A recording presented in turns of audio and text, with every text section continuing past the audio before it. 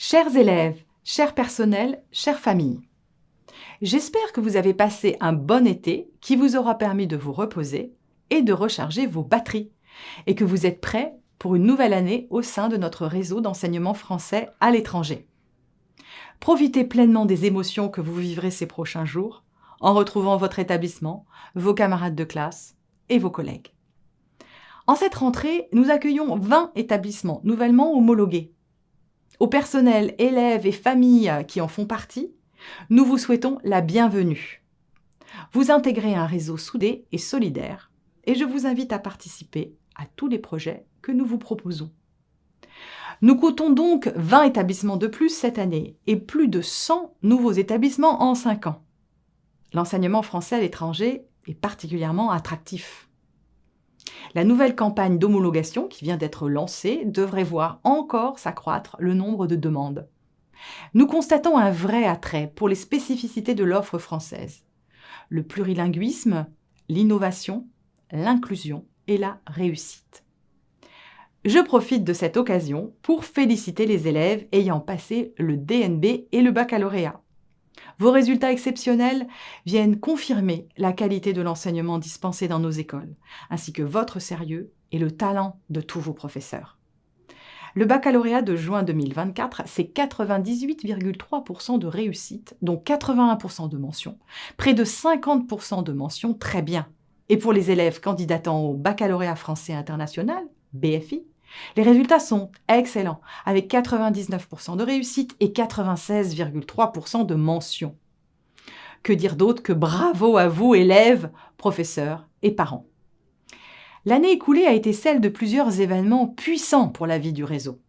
À Athènes, nous avons organisé avec l'Union nationale du sport scolaire une édition mémorable des Jeux internationaux de la jeunesse avec une portée hautement symbolique. Et c'est d'ailleurs avec une émotion intacte que je repense à la cérémonie d'ouverture au mythique Stade de Marbre d'Athènes qui nous a bien préparés au moment inoubliable que nous avons connu depuis avec les JOP Paris 2024. Nos jeunes reporters internationaux ont perfectionné leurs compétences en étant présents au Club France où ils ont fait des rencontres exceptionnelles.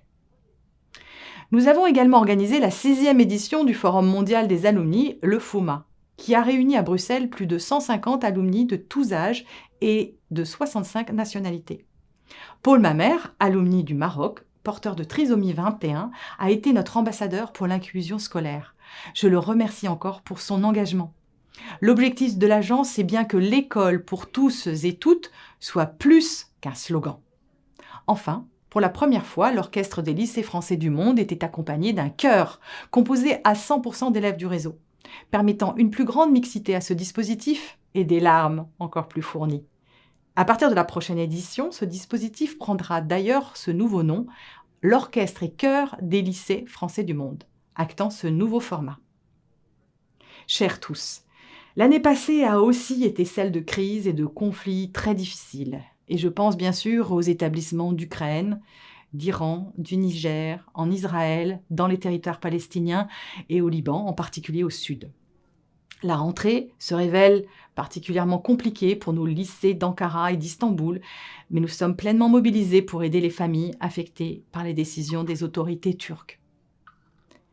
Tous les personnels de l'agence ont été et resteront à vos côtés pour vous soutenir, avec en particulier nos dispositifs de soutien psychologique, l'accompagnement des personnels, ainsi que des élèves et des familles, et bien entendu avec notre expertise en sécurité et les aides financières parfois nécessaires. Car notre priorité, c'est bien la sécurité de tous et nous mettons tout en place avec la mobilisation constante de la cellule de crise et de suivi de l'agence pour la préserver. Chers amis, de nombreux travaux nous attendent dans cette année scolaire qui commence, en particulier le renforcement de l'offre de formation pour tous les personnels, car c'est la condition pour garantir la montée en compétences, l'innovation pédagogique et la qualité de vie au travail, avec pour objectif ultime d'offrir le meilleur enseignement à tous les élèves. Dès la rentrée, nous lancerons la stratégie du déploiement de l'innovation et du numérique éducatif dans les 16 instituts régionaux de formation. Nous poursuivrons notre travail essentiel autour du climat scolaire pour toutes les personnes accueillies dans les écoles par la formation, par l'écoute et par la construction commune. Nous œuvrons au déploiement du dispositif phare dans le réseau. L'adhésion aux valeurs de l'enseignement français est centrale, d'autant plus dans le monde évolutif que nous connaissons. Et c'est en particulier le vivre ensemble, l'ouverture à l'autre, l'inclusion, le développement durable et l'égalité femmes-hommes. Le deuxième plan d'action égalité femmes-hommes de l'Agence, dont l'engagement n'a jamais faibli sur ce point, a été adopté en mars dernier et nous engage tous et toutes pour mettre en œuvre les mesures qu'il contient. Nous sommes aussi mobilisés pour que les élèves puissent recevoir l'apprentissage aux gestes de premier secours obligatoires dans leur scolarité.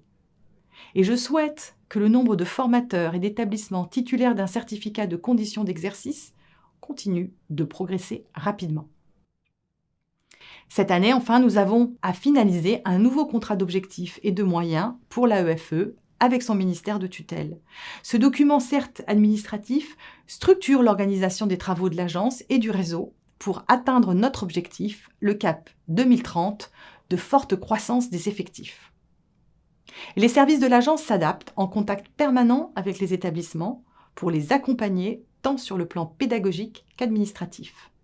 En cette rentrée, par exemple, 2 nouveaux chefs de secteur et 2 nouveaux inspecteurs supplémentaires permettront un suivi encore plus efficace du réseau où à chaque instant, il se passe quelque chose qui requiert notre attention.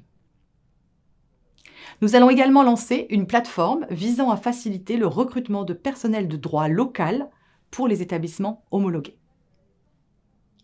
Chers amis, dans quelques semaines, la France accueille le sommet des chefs d'État et de gouvernement de la francophonie. Depuis plusieurs mois, le Festival de la francophonie a labellisé plusieurs événements du réseau. OLFM, GIGE, concours ambassadeurs et ambassadrices en herbe. Dans nos établissements, le français est votre langue commune, bien qu'elle ne soit pas la langue maternelle de la majorité d'entre vous. Et vous maîtrisez et apprenez de nombreuses autres langues. Le plurilinguisme est une force pour la francophonie et c'est aussi l'essence de l'enseignement français à l'étranger. C'est pourquoi, pour continuer au-delà du sommet et mettre pleinement en valeur la contribution de l'enseignement français à l'étranger à la promotion de la francophonie, nous avons décidé de faire de l'année 2024-2025 l'année de la francophonie. 5 temps forts ponctueront cette année. La première semaine d'octobre, concomitante au sommet de la francophonie, festival à la gaieté lyrique avec des témoignages de boursiers France Excellence Major et l'engagement de 2 équipes de jeunes reporters internationaux. La semaine des lycées français du monde aura pour thématique la francophonie, les établissements créent et innovent. La semaine de la langue française et de la francophonie, bien sûr, en mars 2025, s'inscrit dans ce même calendrier, ainsi que la semaine de la presse et des médias en mars. Enfin, le concours ambassadeurs-ambassadrices en herbe de septembre 2024 à octobre 2025 aura pour thématique la francophonie, un voyage dans le temps et dans l'espace. Enfin, nous l'attendions tous avec impatience. Il a fait l'objet d'une préparation minutieuse, en particulier pour lui donner le caractère accessible, incontournable pour un site institutionnel d'opérateur public de l'État. Vous allez, en ce début d'année scolaire, pouvoir découvrir le nouveau site internet de l'AEFE. Chers tous et toutes qui font vivre l'enseignement français à l'étranger avec entrain, volontarisme et engagement, je vous souhaite une très bonne rentrée scolaire. Je vous souhaite et je nous souhaite de réaliser des projets ambitieux au service de notre mission première et principale, le bien-être et l'épanouissement des élèves. Dans quelques semaines, la Direction générale de l'Agence se rendra à nouveau à votre rencontre lors des séminaires annuels de zone qui vont s'échelonner de septembre à mars prochain et au cours desquels je me réjouis de vous retrouver. À très bientôt.